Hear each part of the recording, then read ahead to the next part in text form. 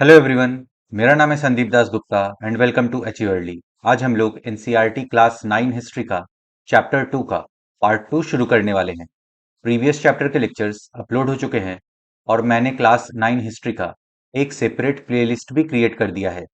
Playlist का link आपको इस वीडियो के डिस्क्रिप्शन बॉक्स में मिल जाएगा, तो जो लोग नए आए हैं वहां से उन वीडियोस को देख सकते हैं। मैं पढ़ाते हुए इंपॉर्टेंट पॉइंट्स को स्टार मार्क करता हुआ चलूंगा, तो अगर आप बुक से पढ़ रहे हैं आप भी उन पॉइंट्स को स्टार मार्क कर लें, या फिर अगर आप नोट्स बना रहे हैं तो अपने नोट्स में उन पॉइंट्स को लिख लें, क्योंकि वहां से क्वेश्चन आने के चांसेस ज्यादा होते हैं। अगर आपको कुछ डाउट हो तो आप मुझसे कमेंट से पूछ सकते हैं या फिर इंस्टाग्राम पे पूछ सकते हैं। इंस्टाग्राम का लिंक आपको इस वीडियो के डिस्क्रिप्शन बॉक्स में मिल जाएगा। एनसीईआरटी के बुक्स को आप एनसीईआरटी की वेबसाइट से फ्री में डाउनलोड कर सकते हैं, तो वहां से आप इस बुक को डाउनलोड कर लें और आज का लेक्चर देखने के बाद एक बार इस चैप्टर को पढ़ लें, जिससे कि आपको और अच्छे से समझ में आ जाएगा। तो चलिए अब आज का लेक्चर शुरू करते हैं। Chapter 2, socialism in Europe and the Russian revolution. Europe में समाजवाद एवं रूसी क्रांति। हम लोगों ने पिछले लेक्चर में चैप्टर 2 के पार्ट 1 को कवर किया था। उसमें हम लोगों ने इन टॉपिक्स को बहुत ही डिटेल से समझा था। आपको इस वीडियो के डिस्क्रिप्शन बॉक्स में चैप्टर 2 के पार्ट 1 के लेक्चर का लिंक मिल जाएगा। अगर आपने वो वीडियो नहीं देखा है तो पहले आप वो वीडियो देख लें, फिर उसके बाद इस लेक्चर के साथ कंटिन्यू करें। आज हम लोग चैप्टर 2 के पार्ट 2 को शुरू करने वाले हैं। इसमें हम लोग इन टॉपिक्स को एक एक करके डिटेल में समझेंगे। तो चलिए अब आज का लेक्चर शुरू करते हैं। द रशियन रिवॉल्यूशन, रूसी क्रांति। In one of the least industrialized of European states, this situation was reversed. हमने चैप्टर 2 के पार्ट 1 में यूरोपियन स्टेट्स के कंडीशन के बारे में पढ़ा था। वहां पे सोशलिस्ट्स चुनाव तो जीतते थे, बट कंजर्वेटिव्स, लिबरल्स और रेडिकल्स ही मेनली सरकार चला रहे थे। बट जहां पे इंडस्ट्रियलाइजेशन नहीं हुआ था, वहां पर सिचुएशन अलग हो गया। यूरोप के सबसे पिछड़े औद्योगिक देशों में से एक रूस में यह समीकरण उलट गया। Socialists took over the government in Russia through the October Revolution of 1917.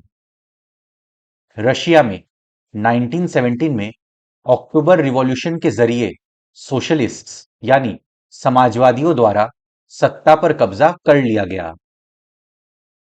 1917 की अक्टूबर क्रांति के जरिए रूस की सत्ता पर समाजवादियों ने कब्जा कर लिया। The fall of monarchy in February 1917 and the events of October are normally called the Russian Revolution. फरवरी 1917 में मोनार्की का पतन हो गया और अक्टूबर में जो इवेंट्स हुए थे उसे ही रशियन रिवॉल्यूशन कहा जाता है। फरवरी 1917 में राजशाही के पतन और अक्टूबर की घटनाओं को ही अक्टूबर क्रांति कहा जाता है। How did this come about? What were the social and political conditions in Russia when the revolution occurred? ऐसा कैसे हुआ? क्रांति के समय रूस के सामाजिक और राजनीतिक हालात कैसे थे? To answer these questions, let us look at Russia a few years before the revolution. इन सवालों का जवाब ढूंढने के लिए आइए क्रांति से कुछ साल पहले की स्थितियों पर नजर डालें। यहां पे 1914 के यूरोप को दिखाया गया है। इस मैप में फर्स्ट वर्ल्ड वॉर में शामिल रशियन एम्पायर और दूसरे यूरोपियन कंट्रीज को दिखाया गया है। ऑरेंज शेडेड रीजन में सेंट्रल पावर्स को दिखाया गया है, ऑस्ट्रिया हंगरी, जर्मनी। फिर उसके बाद ग्रीन शेडेड रीजन में अलाइड पावर्स को दिखाया गया है, France, Russian Empire, United Kingdom, Serbia. फिर ग्रे शेडेड रीजन में न्यूट्रल स्टेट्स को दिखाया गया है, जिन्होंने हिस्सा नहीं लिया था इसमें, Spain, Norway, Sweden, Denmark, Holland. फिर वायलेट शेडेड रीजन में उन न्यूट्रल स्टेट्स को दिखाया गया है जिन्होंने बाद में सेंट्रल पावर्स को ज्वाइन कर लिया था। तो यहाँ पे है ऑटोमन एम्पायर, बुल्गारिया। फिर यहाँ पे डार्क शेडेड रीजन में उन न्यूट्रल स्टेट्स को दिखाया गया है जिन्होंने बाद में अलाइड पावर्स को ज्वाइन कर लिया था, जैसे पोर्चुगल, इटली, ग्रीस। इस मैप को आप ध्यान से देख सकते हैं। अब हम लोग का नेक्स्ट टॉपिक है द रशियन एम्पायर इन 1914। रूसी साम्राज्य 1914। इन 1914 Tsar Nicholas II ruled Russia and its empire। 1914 में रशियन एम्पायर पर जार निकोलस II का शासन था। 1914 में रूस और उसके पूरे साम्राज्य पर जार निकोलस द्वितीय का शासन था। Besides the territory around Moscow, the Russian Empire included current-day Finland, Latvia, Lithuania, Estonia, parts of Poland, Ukraine and Belarus। Russian empire में मॉस्को का टेरिटरी तो था ही, बट उसके साथ ही present day Finland, Latvia, Lithuania, Estonia, Poland के कुछ पार्ट, यूक्रेन और बेलारूस था। मॉस्को के आसपास पड़ने वाले भूक्षेत्र के अलावा आज का फिनलैंड, लातविया, लिथुआनिया, एस्तोनिया तथा पोलैंड, यूक्रेन व बेलारूस के कुछ हिस्से रूसी साम्राज्य के अंग थे। It stretched to the Pacific and comprised today's Central Asian states as well as Georgia, Armenia and Azerbaijan। Russian Empire Pacific Ocean तक फैला हुआ था। इसमें प्रेजेंट डे सेंट्रल स्टेट्स भी शामिल थे और इसमें जॉर्जिया, अर्मेनिया, अजरबैजान भी शामिल थे। ये साम्राज्य प्रशांत महासागर तक फैला हुआ था और आज के मध्य एशियाई राज्यों के साथ साथ जॉर्जिया, अर्मेनिया व अजरबैजान भी इसी साम्राज्य के अंतर्गत आते थे। The majority religion was Russian Orthodox Christianity, which had grown out of the Greek Orthodox Church, but the empire also included Catholics, Protestants, Muslims and Buddhists। Russia में ऑर्थोडॉक्स क्रिश्चियनिटी प्रैक्टिस की जाती थी जो ग्रीक ऑर्थोडॉक्स चर्च से निकली थी, but empire में Catholic, Protestants, Muslims, Buddhist धर्म के लोग भी रहते थे। रूस में ग्रीक ऑर्थोडॉक्स चर्च से उपजी शाखा रूसी ऑर्थोडॉक्स क्रिश्चियनिटी को मानने वाले बहुमत में थे, लेकिन इस साम्राज्य के तहत रहने वालों में कैथोलिक, प्रोटेस्टेंट, मुस्लिम और बौद्ध भी शामिल थे। अब हम लोग का नेक्स्ट टॉपिक है इकोनॉमी एंड सोसाइटी, अर्थव्यवस्था और समाज। At the beginning of the 20th century, the vast majority of Russia's people were agriculturists। 20th century के स्टार्टिंग में रशिया के ज्यादातर लोग खेती करते थे। 20वीं सदी की शुरुआत में रूस की आबादी का एक बहुत बड़ा हिस्सा खेती-बाड़ी से जुड़ा हुआ था। About 85% of the Russian Empire's population earned their living from agriculture। Russian Empire की लगभग 85% पॉपुलेशन अपनी आजीविका कृषि से चलाता था। रूसी साम्राज्य की लगभग 85% जनता आजीविका के लिए खेती पर ही निर्भर थी। This proportion was higher than in most European countries. ये परसेंटेज बाकी किसी भी यूरोपियन कंट्रीज से ज्यादा था। यूरोप के किसी भी देश में खेती पर आश्रित जनता का प्रतिशत इतना नहीं था। For instance, in France and Germany the proportion was between 40% and 50%। Germany और फ्रांस में एग्रीकल्चर पे डिपेंडेंट पॉपुलेशन केवल 40% से 50% तक की ही थी। उदाहरण के तौर पर फ्रांस और जर्मनी में खेती पर निर्भर आबादी 40 से 50% से ज्यादा नहीं थी। In the empire, cultivators produced for the market as well as for their own needs, and Russia was a major exporter of grain. Russian empire में किसान मार्केट के लिए फसल उगाते थे और साथ ही अपनी जरूरतों को पूरा करने के लिए भी रशिया अनाज का एक मेजर एक्सपोर्टर था। रूसी साम्राज्य के किसान अपनी जरूरतों के साथ साथ बाजार के लिए भी पैदावार करते थे। रूस अनाज का एक बड़ा निर्यातक था। Industry was found in pockets. Prominent industrial areas were Saint Petersburg and Moscow.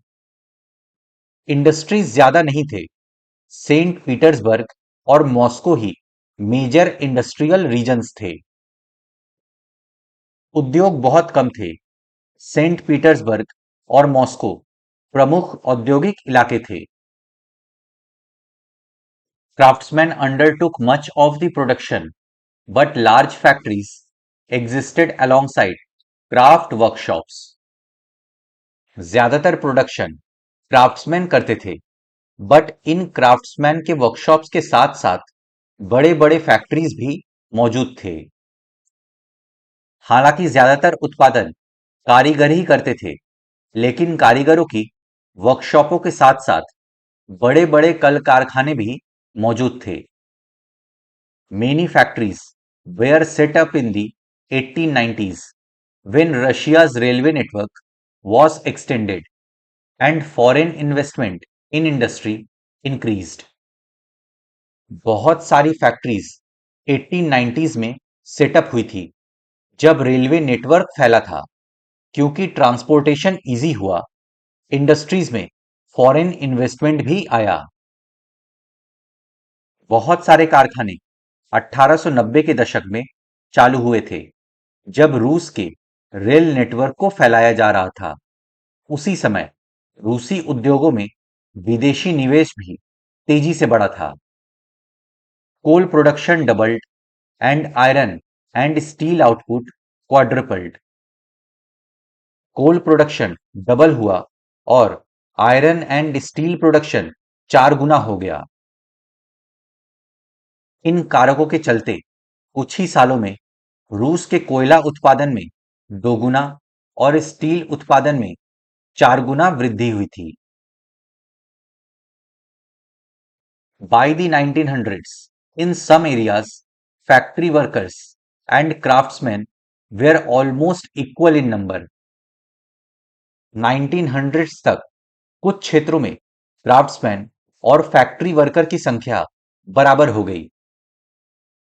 सन 1900 तक कुछ इलाकों में तो कारीगरों और कारखाना मजदूरों की संख्या लगभग बराबर हो चुकी थी। Most industry was the private property of industrialists. ज्यादातर इंडस्ट्रीज प्राइवेट प्रॉपर्टी थी, मतलब इंडिविजुअल्स के हाथों में थी। ज्यादातर कारखाने उद्योगपतियों की निजी संपत्ति थे। Government supervised large factories to ensure minimum wages and limited hours of work. Government large factories को सुपरवाइज करते थे ताकि वर्कर्स को मिनिमम वेज मिलता रहे और वर्किंग आवर्स भी फिक्स्ड हो। मजदूरों को न्यूनतम वेतन मिलता रहे और काम की पाली के घंटे निश्चित हो, इस बात का ध्यान रखने के लिए सरकारी विभाग बड़ी फैक्ट्रियों पर नजर रखते थे। But factory inspectors could not prevent rules being broken. But factory inspectors भी रूल्स के टूटने को रोक नहीं पाते थे। लेकिन फैक्ट्री इंस्पेक्टर भी नियमों के उल्लंघन को रोक पाने में नाकामयाब थे। इन craft units and small workshops the working day was sometimes 15 hours compared with 10 or 12 hours in factories. Craft units और छोटे वर्कशॉप्स में गवर्नमेंट सुपरविजन नहीं था। इस वजह से वर्किंग आवर 15 घंटे तक पहुंच जाता था। वहीं फैक्ट्रीज में वर्किंग आवर 10 से 12 घंटे तक ही रहता था। कारीगरों की इकाइयों और वर्कशॉपों में काम की पाली प्रायः 15 घंटे तक खिंच जाती थी, जबकि कारखानों में मजदूर आमतौर पर 10 से 12 घंटे की पालियों में काम करते थे। Accommodation varied from rooms to dormitories. Workers को एकोमोडेशन देने के लिए डॉर्मेट्रीज से रूम तक की सुविधा उपलब्ध थी। मजदूरों के रहने के लिए भी कमरों से लेकर डॉर्मेट्री तक तरह तरह की व्यवस्था मौजूद थी। Workers were a divided social group. Some had strong links with the villages from which they came. Others had settled in cities permanently. Workers भी सोशल ग्रुप्स में डिवाइडेड थे। कुछ वर्कर्स का अपने गांव के साथ गहरा संबंध था जहां से वे आते थे, और कुछ वर्कर्स शहरों में ही परमानेंटली सेटल हो गए थे। सामाजिक स्तर पर मजदूर बटे हुए थे। कुछ मजदूर अपने मूल गांव के साथ अभी भी गहरे संबंध बनाए हुए थे। बहुत सारे मजदूर स्थायी रूप से शहरों में ही बस चुके थे। Workers were divided by skill. A metal worker of Saint Petersburg recalled, metal workers considered themselves aristocrats among other workers. Their occupations demanded more training and skill. Workers अपनी स्किल के अनुसार भी बटे हुए थे। सेंट पीटर्सबर्ग के एक metal worker ने कहा था कि मेटल वर्कर्स खुद को एरिस्टोक्रेट्स मानते थे बाकी वर्कर्स के बीच में, क्योंकि इस काम में बहुत ज्यादा ट्रेनिंग और स्किल्स चाहिए थे। उनके बीच योग्यता और दक्षता के स्तर पर भी काफी फर्क था। सेंट पीटर्सबर्ग के एक धातु मजदूर ने कहा था, धातुकर्मी मजदूरों में खुद को साहब मानते थे। उनके काम में ज्यादा प्रशिक्षण और निपुणता की जरूरत जो रहती थी। Women made up 31% of the factory labor force by 1914, but they were paid less than men, between half and three quarters of a man's wage. 1914 में फैक्ट्री में जो मजदूर काम करते थे उसमें 31% महिलाएं थी, लेकिन उनको पुरुषों से कम वेजेस दिए जाते थे। मेल्स को जितनी वेज दी जाती थी, फीमेल को उस वेज से आधे से 75% तक ही मिलता था। 1914 में फैक्ट्री मजदूरों में औरतों की संख्या 31% थी, लेकिन उन्हें पुरुष मजदूरों के मुकाबले कम वेतन मिलता था, मर्दों की तनख्वाह के मुकाबले आधे से 3/4 तक। Divisions among workers showed themselves in dress and manners too. Workers के बीच का डिवीजन उनके कपड़ों और उनके मैनर से भी पता चलता था। मजदूरों के बीच मौजूद फासला उनके पहनावे और व्यवहार में भी साफ दिखाई देता था। Some workers formed associations to help members in times of unemployment or financial hardship, but such associations were few. कुछ वर्कर्स ने एसोसिएशंस भी बनाए और फंड्स इकट्ठा किए ताकि मेंबर्स के फाइनेंशियल हार्डशिप्स के टाइम पे, अनएम्प्लॉयमेंट के टाइम पे उनकी मदद कर सके, मगर ऐसे एसोसिएशंस बहुत कम थे। यद्यपि कुछ मजदूरों ने बेरोजगारी या आर्थिक संकट के समय एक दूसरे की मदद करने के लिए संगठन बना लिए थे, लेकिन ऐसे संगठन बहुत कम थे।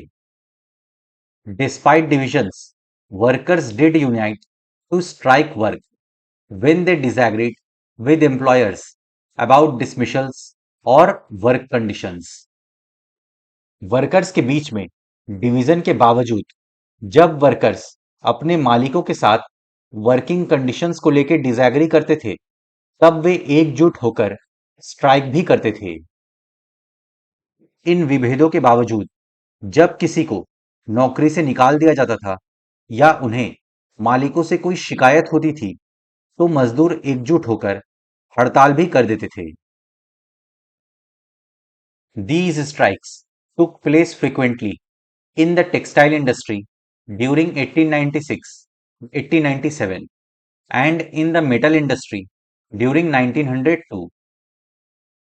1896 से 1897 में टेक्सटाइल इंडस्ट्री में और 1902 में मेटल इंडस्ट्री में फ्रीक्वेंटली स्ट्राइक्स हुए। 1896 से 1897 के बीच कपड़ा उद्योग में और 1902 में धातु उद्योग में ऐसी हड़तालें काफी बड़ी संख्या में आयोजित की गई। In the country side peasants cultivated most of the land. ग्रामीण क्षेत्रों में किसान खेती करते थे। देहात की ज्यादातर जमीन पर किसान खेती करते थे। But the nobility, the crown and the Orthodox church owned large properties. कुलीन वर्ग, ऑर्थोडॉक्स चर्च और crown most of the properties own करते थे।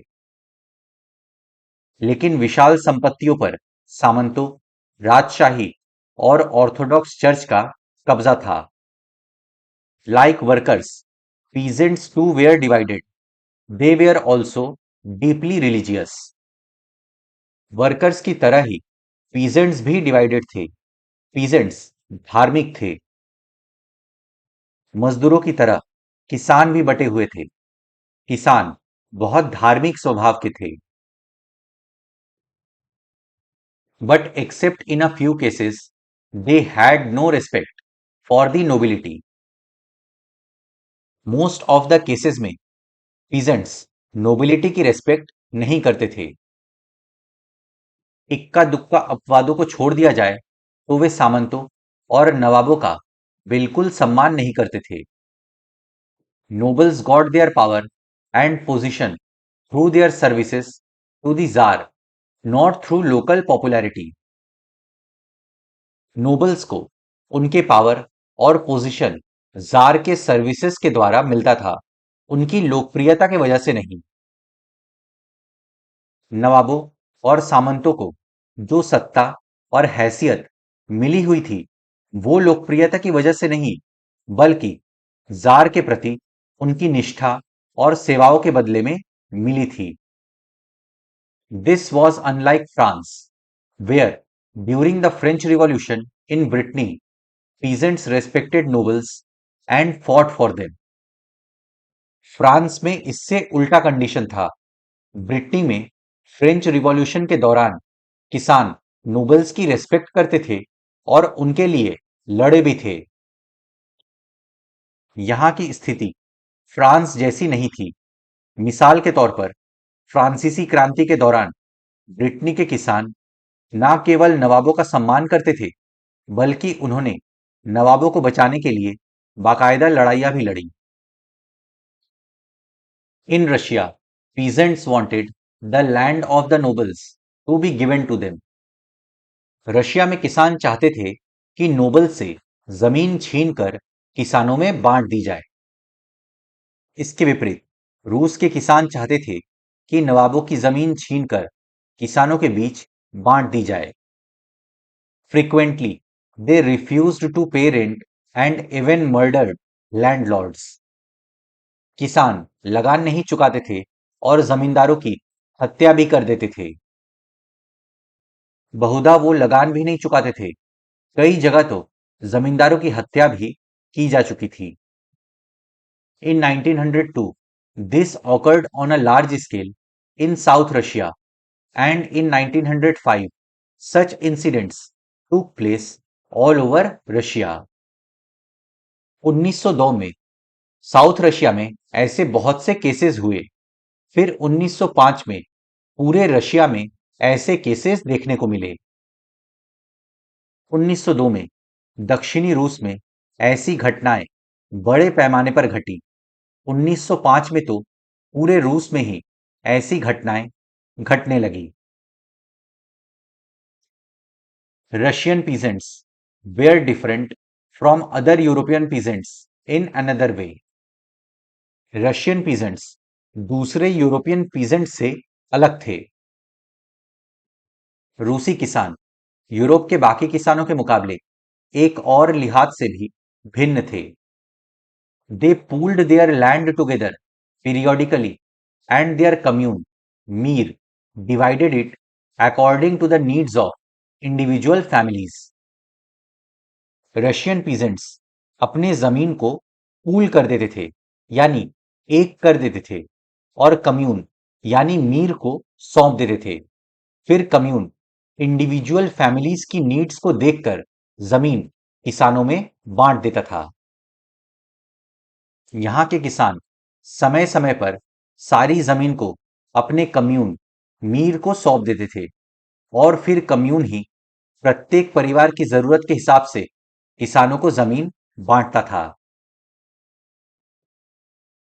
अब हम लोग का नेक्स्ट टॉपिक है सोशलिज्म इन रशिया। रूस में समाजवाद। All political parties were illegal in Russia before 1914। 1914 से पहले रशिया में सारे पॉलिटिकल पार्टीज इलीगल थे। 1914 से पहले रूस में सभी राजनीतिक पार्टियां गैर कानूनी थी। The Russian social democratic workers party was founded in 1898 by socialists who respected Marx's ideas.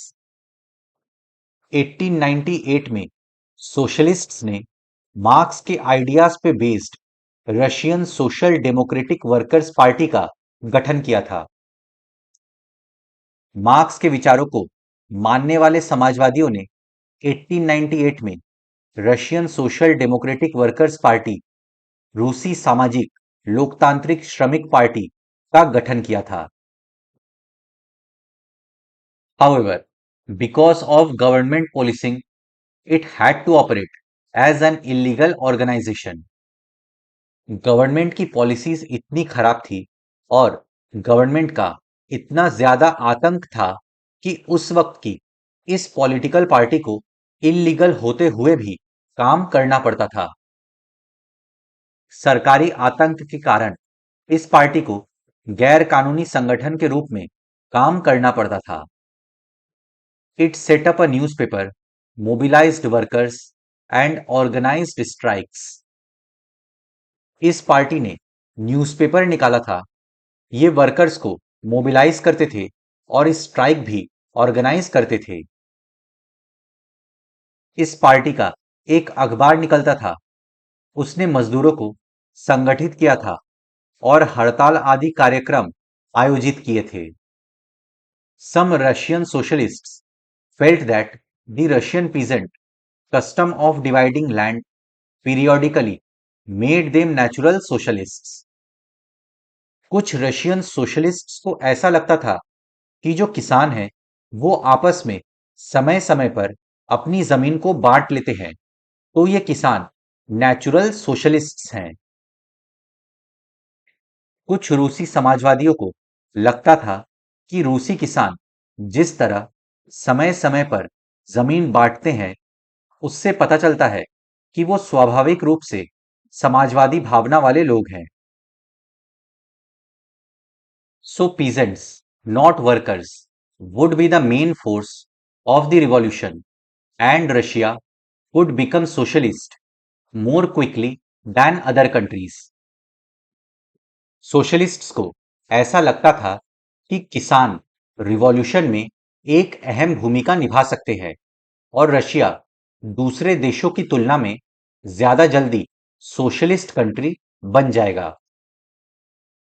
इसी आधार पर उनका मानना था कि रूस में मजदूर नहीं बल्कि किसान ही क्रांति की मुख्य शक्ति बनेंगे। वे क्रांति का नेतृत्व करेंगे और रूस बाकी देशों के मुकाबले ज्यादा जल्दी समाजवादी देश बन जाएगा। Socialists were active in the countryside through the late 19th century. They formed the Socialist Revolutionary Party in 1900. Late 19th century में सोशलिस्ट्स ग्रामीण क्षेत्रों में काफी एक्टिव थे। 1900 में उन्होंने सोशलिस्ट रिवॉल्यूशनरी पार्टी बनाया था। 19वीं सदी के आखिर में रूस के ग्रामीण इलाकों में समाजवादी काफी सक्रिय थे। सन 1900 में उन्होंने सोशलिस्ट रिवॉल्यूशनरी पार्टी समाजवादी क्रांतिकारी पार्टी का गठन कर लिया। This party struggled for peasants' rights and demanded that land belonging to nobles be transferred to peasants. इस पार्टी ने किसानों के अधिकार के लिए संघर्ष किया और डिमांड किया कि नोबल्स के पास जो जमीन है उसे किसानों को ट्रांसफर किया जाए। इस पार्टी ने किसानों के अधिकारों के लिए संघर्ष किया और मांग की कि सामंतों के कब्जे वाली जमीन फौरन किसानों को सौंप दी जाए।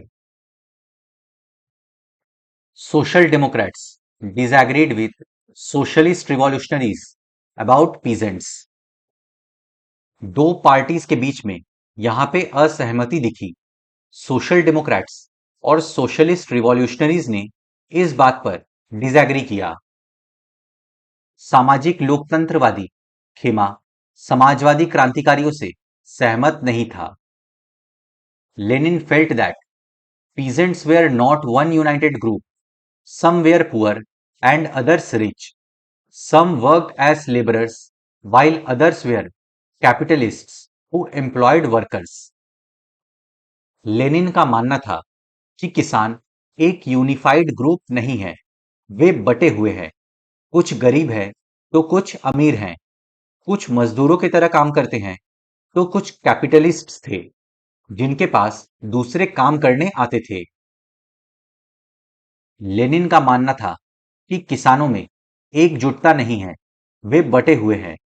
कुछ किसान गरीब थे तो कुछ अमीर, कुछ मजदूरी करते थे तो कुछ पूंजीपति थे जो नौकरों से खेती करवाते थे।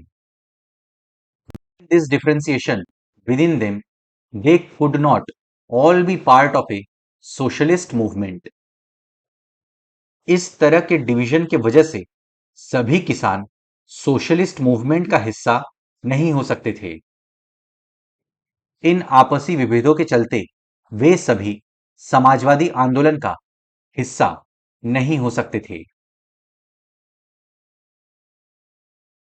The party was divided over the strategy of organisation. सांगठनिक रणनीति के सवाल पर पार्टी में गहरे मतभेद थे। Vladimir Lenin, who led the Bolshevik group, thought that in a repressive society like Tsarist Russia, the party should be disciplined and should control the number and quality of its members. Vladimir Lenin Bolshevik group के leader थे।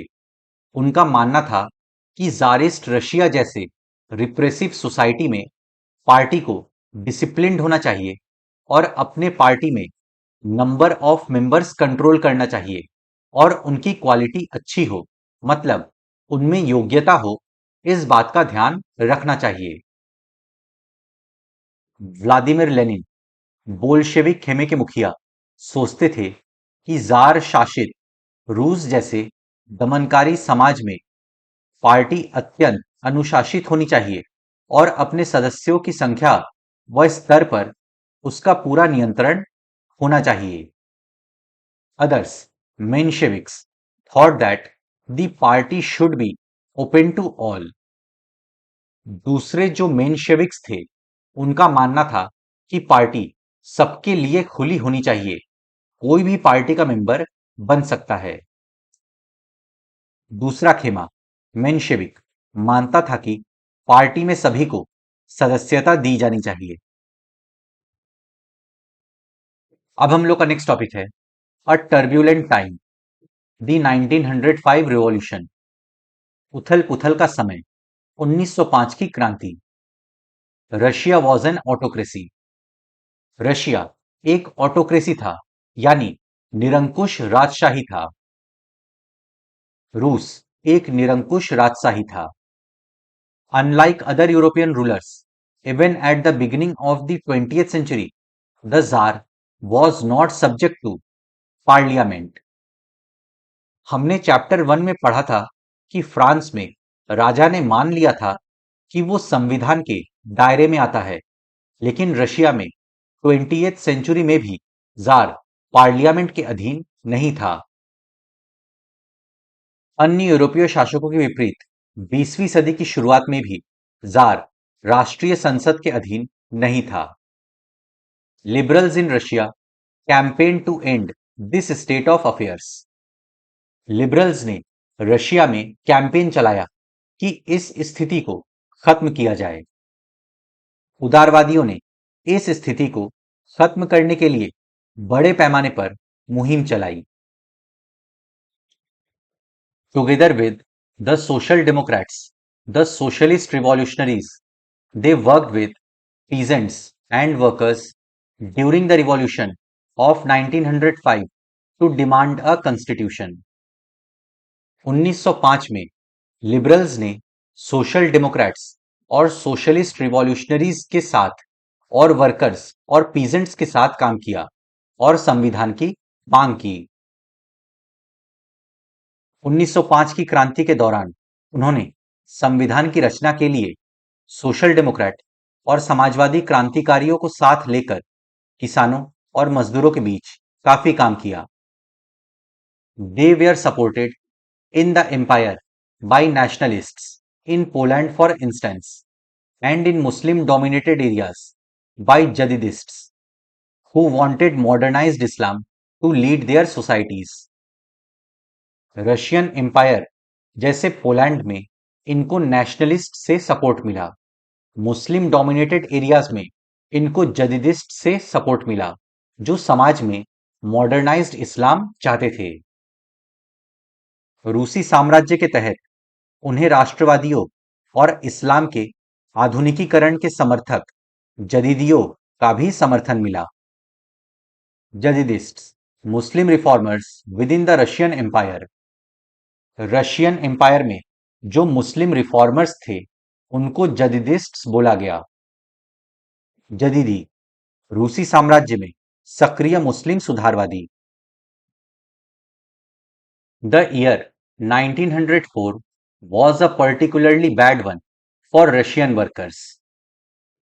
1904 का साल Russian workers के लिए बहुत बुरा था। रूसी मजदूरों के लिए 1904 का साल बहुत बुरा रहा। Prices of essential goods rose so quickly that real wages declined by 20%. Essential goods की कीमत बहुत बढ़ गई थी।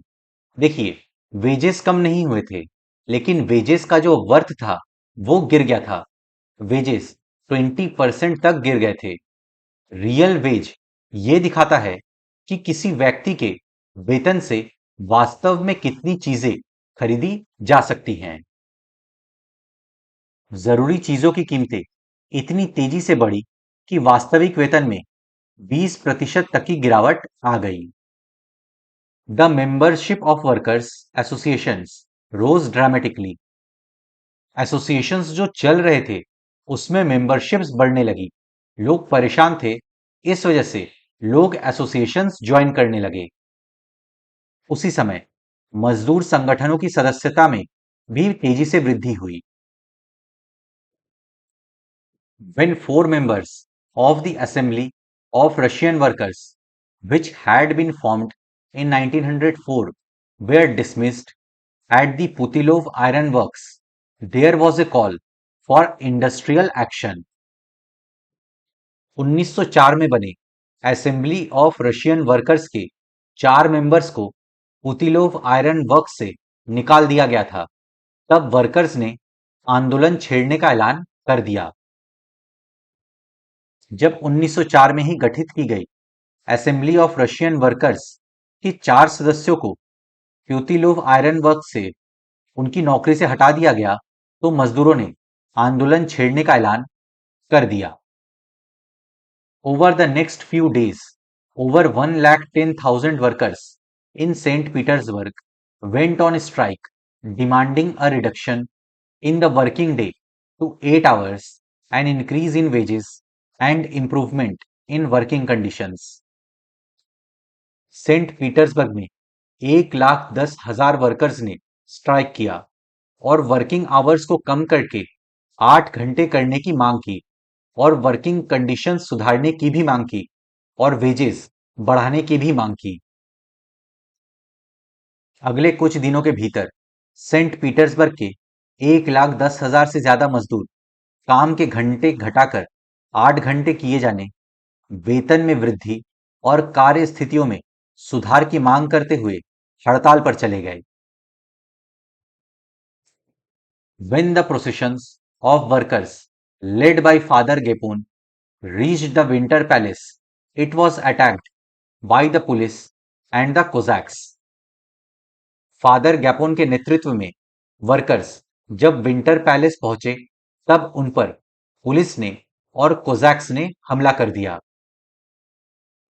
इसी दौरान जब पादरी गैपोन के नेतृत्व में मजदूरों का एक जुलूस विंटर पैलेस के सामने पहुंचा तो पुलिस और कोजैक्स ने मजदूरों पर हमला बोल दिया। Over 100 workers where killed and about 300 wounded. The incident, known as Bloody Sunday, started a series of events that became known as the 1905 Revolution. 100 से ज्यादा वर्कर्स की मृत्यु हो गई, लगभग 300 वर्कर्स वुंडेड हो गए। इस इंसिडेंट को ब्लडी संडे के नाम से जाना जाता है। 1905 की रिवॉल्यूशन इस घटना के वजह से ही शुरू हुआ था। इस घटना में 100 से ज्यादा मजदूर मारे गए और लगभग 300 घायल हुए। इतिहास में इस घटना को खूनी रविवार के नाम से याद किया जाता है। 1905 की क्रांति की शुरुआत इसी घटना से हुई थी। Strikes took place all over the country and universities closed down when student bodies staged walkouts complaining about the lack of civil liberties. पूरे देश में स्ट्राइक्स होने लगे, यूनिवर्सिटीज बंद हो गई और स्टूडेंट्स ने वॉकआउट कर दिया अपने क्लासेस से और लैक ऑफ सिविल लिबर्टीज के बारे में कंप्लेन करने लगे। सारे देश में हड़तालें होने लगी जब नागरिक स्वतंत्रता के अभाव का विरोध करते हुए विद्यार्थी अपनी कक्षाओं का बहिष्कार करने लगे तो विश्वविद्यालय भी बंद कर दिए गए। Lawyers, doctors, engineers, and other middle class workers established the Union of Unions and demanded a constituent assembly. Lawyers, doctors, engineers और दूसरे मिडिल क्लास वर्कर्स ने यूनियन ऑफ यूनियंस का गठन किया और कंस्टिट्यूएंट असेंबली की मांग करने लगे। वकीलों, डॉक्टरों, इंजीनियरों और अन्य मध्यवर्गीय कामगारों ने संविधान सभा के गठन की मांग करते हुए यूनियन ऑफ यूनियंस की स्थापना कर दी। During the 1905 revolution, the tsar allowed the creation of an elected consultative parliament और ड्यूमा।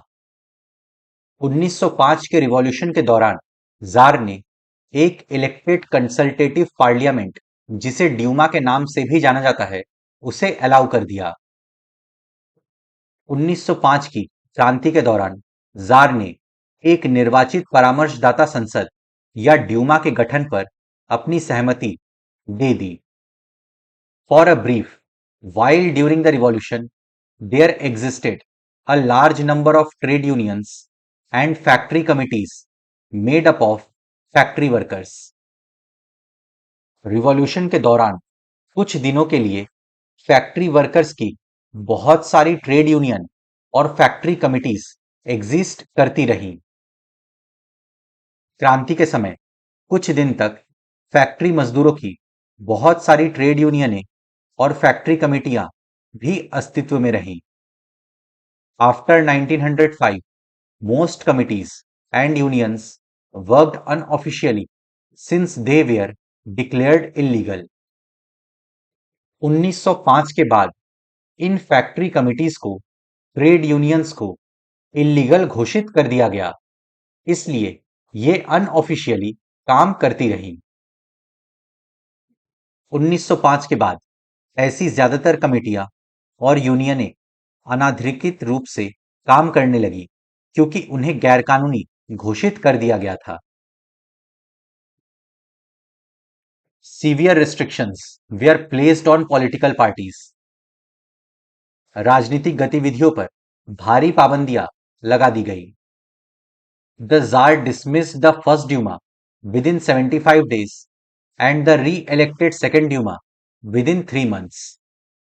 जार ने 75 दिनों में फर्स्ट ड्यूमा को डिसमिस कर दिया और फिर दूसरी बार जो ड्यूमा री इलेक्ट हुआ था उसे 3 महीने में डिसमिस कर दिया। जार ने पहली ड्यूमा को मात्र 75 दिन के भीतर और पुनर्निर्वाचित दूसरी ड्यूमा को 3 महीने के भीतर बर्खास्त कर दिया। He did not want any questioning of his authority or any reduction in his power. Jar नहीं चाहता था कि उसके पावर कम हो और कोई उसके ऑथोरिटी पे सवाल उठाए। वो किसी तरह की जवाबदेही या अपनी सत्ता पर किसी तरह का अंकुश नहीं चाहता था। He changed the voting laws and packed the third Duma with conservative politicians, liberals and revolutionaries were kept out. उसने वोटिंग लॉस को चेंज कर दिया और थर्ड ड्यूमा में कंजर्वेटिव पॉलिटिशियंस को भर दिया। कंजर्वेटिव्स वे थे जो चेंजेस नहीं चाहते थे। लिबरल्स और रिवॉल्यूशनरीज को थर्ड ड्यूमा से बाहर रखा गया था। उसने मतदान कानूनों में फेरबदल करके तीसरी ड्यूमा में रूढ़िवादी राजनेताओं को भर डाला। उदारवादियों और क्रांतिकारियों को बाहर रखा गया। अब हम लोग का नेक्स्ट टॉपिक है the First World War and the Russian empire.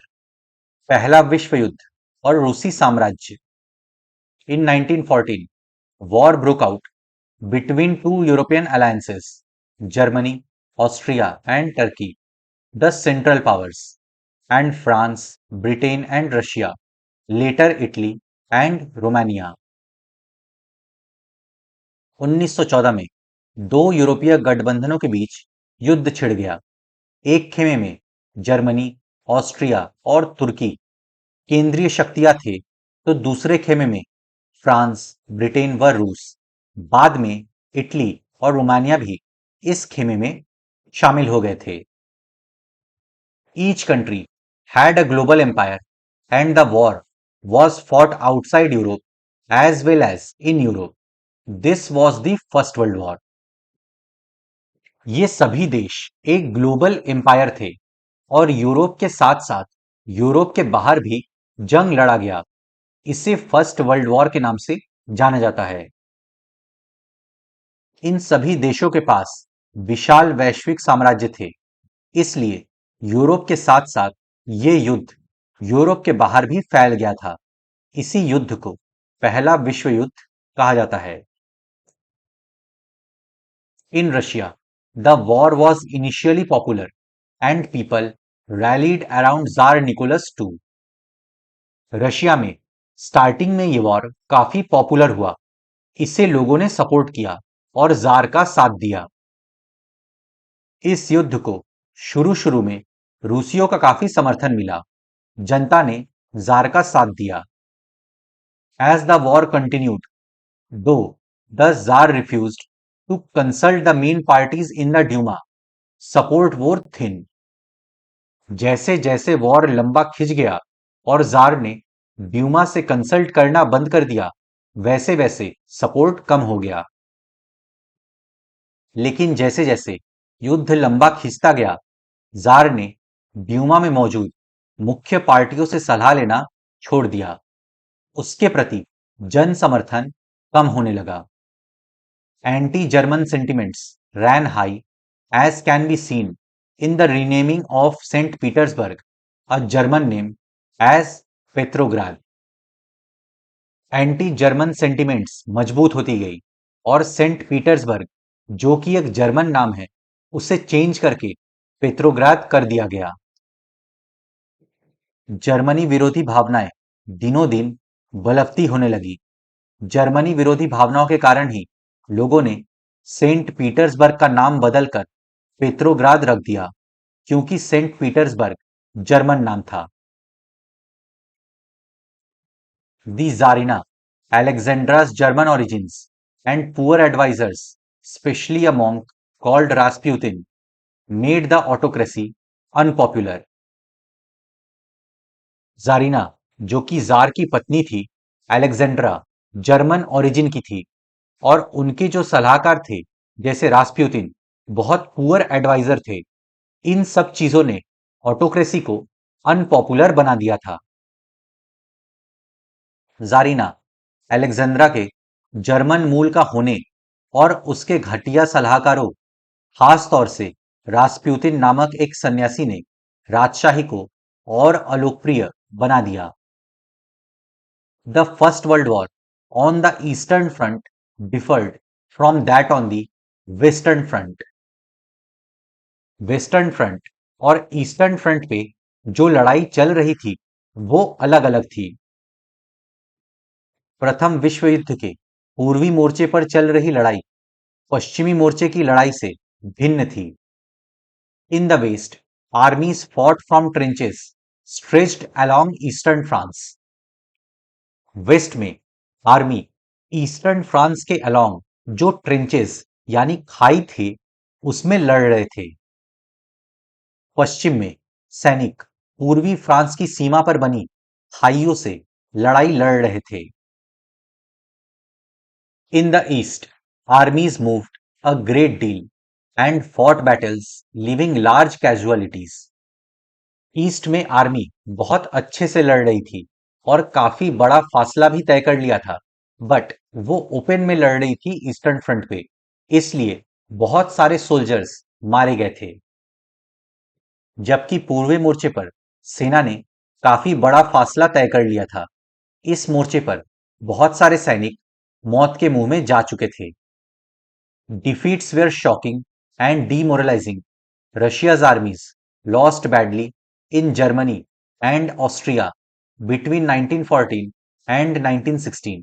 There were over 7 million casualties by 1917. सेना की हार बहुत डीमोरलाइजिंग थी। 1914 से 1916 के बीच जर्मनी और ऑस्ट्रिया में रशिया की आर्मी बुरी तरह से हार गई। 1917 में 7 मिलियन से भी ज्यादा कैजुअलिटीज हुआ था। सेना की पराजय ने रूसियों का मनोबल तोड़ दिया। 1914 से 1916 के बीच जर्मनी और ऑस्ट्रिया में रूसी सेनाओं को भारी पराजय झेलनी पड़ी।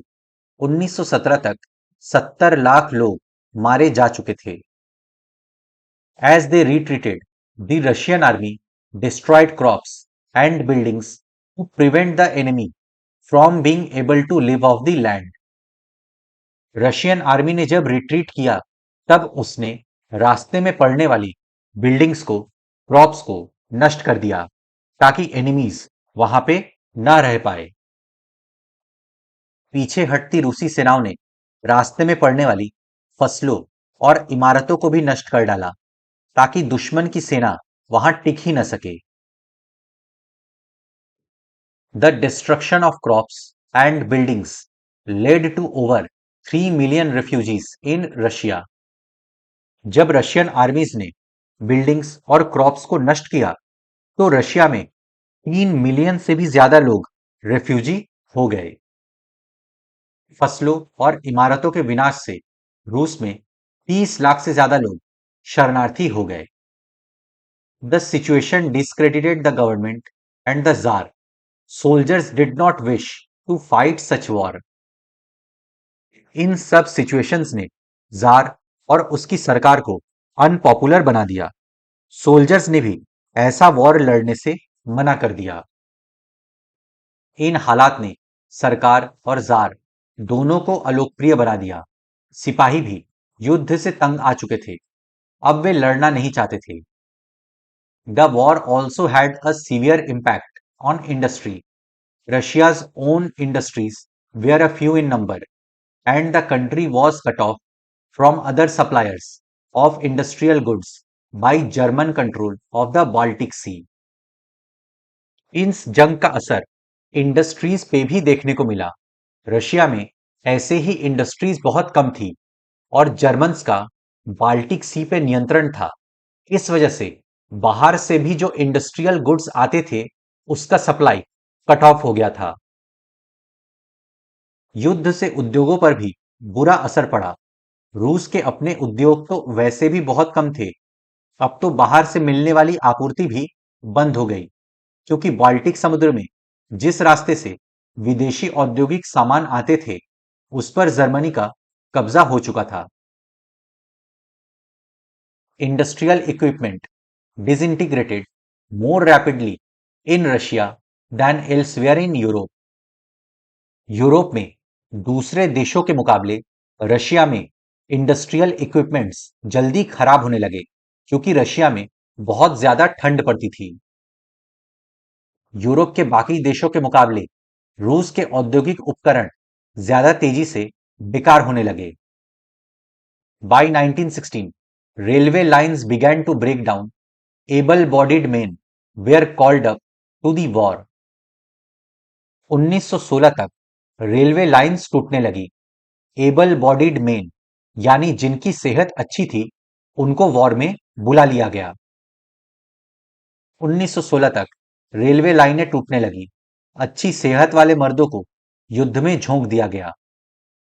As a result, there were labor shortages and small workshops producing essentials were shut down.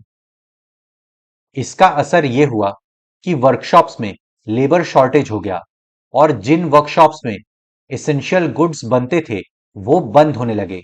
और तो और इंडस्ट्रियल इक्विपमेंट्स भी खराब होने लगे, क्योंकि उनको मेंटेनेंस चाहिए था और मेंटेनेंस करने के लिए लेबर की शॉर्टेज थी।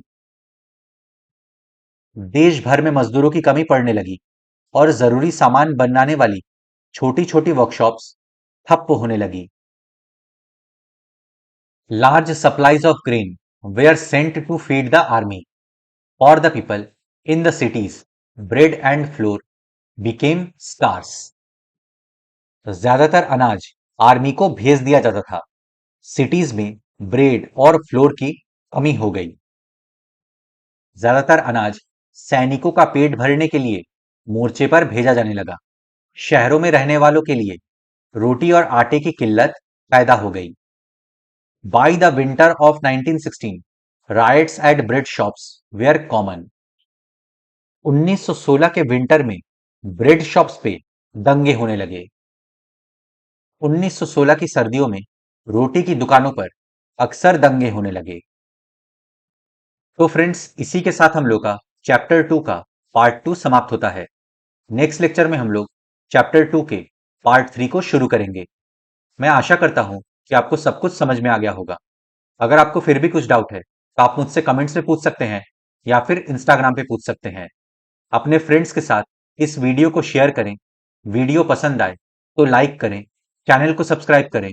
मैं मिलता हूं आपसे नेक्स्ट लेक्चर में। Good day to everyone. जय हिंद।